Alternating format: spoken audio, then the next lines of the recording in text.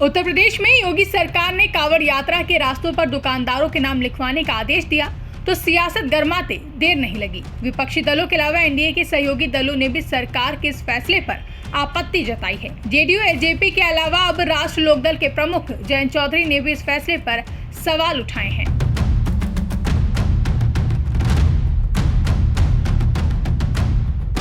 कांवड़ यात्रा को लेकर जारी आदेश से एक बार फिर राजनीतिक गलियारों में राजनीति जोरों पर है। विपक्षी दलों के अलावा अब एनडीए के सहयोगी दलों ने भी इस फैसले पर आपत्ति जताई।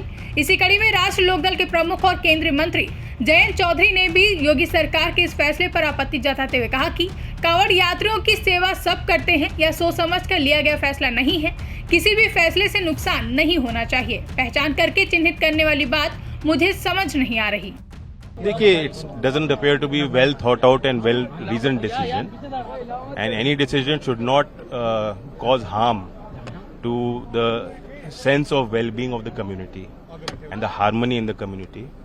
कावड़ लेने वाले और उनके सेवादार सब एक ही हैं और शुरू से यहाँ की परंपरा रही। किसी ने ये नहीं देखा, किसी ने बैर नहीं किया कि हमारी सेवा कौन कर रहा है। लेकिन सर विपक्ष तो ये पहचान करके चिन्हित करने की जो बात है वो मेरी समझ में नहीं आता। सर विपक्ष अगर सवाल उठा रहा है कि ऐसा नहीं होना चाहिए, ओवैसी ने तो ये स्टेटमेंट कहा कि एक समुदाय को विपक्ष क्या कह रहा है मुझे उससे नहीं लेना देना जी। मेरी एक राय है जो मैंने रखी।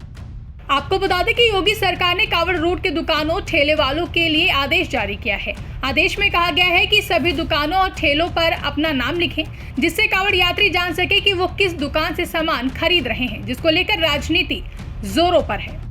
ब्यूरो रिपोर्ट, इंडिया पब्लिक खबर। फिलहाल के लिए इस खबर में बस इतना ही। देश और दुनिया की ऐसी तमाम बड़ी खबरों के लिए हमारे YouTube चैनल को सब्सक्राइब करें और बने रहें इंडिया पब्लिक खबर के साथ।